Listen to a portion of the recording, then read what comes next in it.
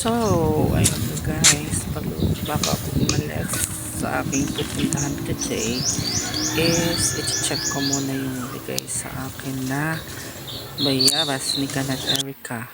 So, ito yung first puno niya, no. Buhay na talaga siya. Ang ganda-ganda ng kanyang mga dahon, yung bagong sibuo, ang ganda na. Talagang 100% atong mabubuhay. Basta wala lang parang sasadyain talagang patayin to na puno. So, punta naman tayo sa pangalawang puno. Ito na. Yung pangalawang puno is ganun din. Buhay na siya.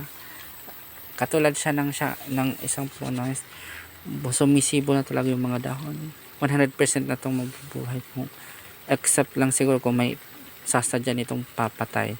Pero itong pangatlo, parang feeling ko 50-50 pa ata kasi sobrang payat ng kanyang katawan, tsaka yung dahon niya parang ewan, 50-50 pa to. Pwede siyang mamatay, pwede siyang mabuhay, pero sana mabuhay siya para complete yung tatlo. So ayan na, tingnan nyo, sobrang payat.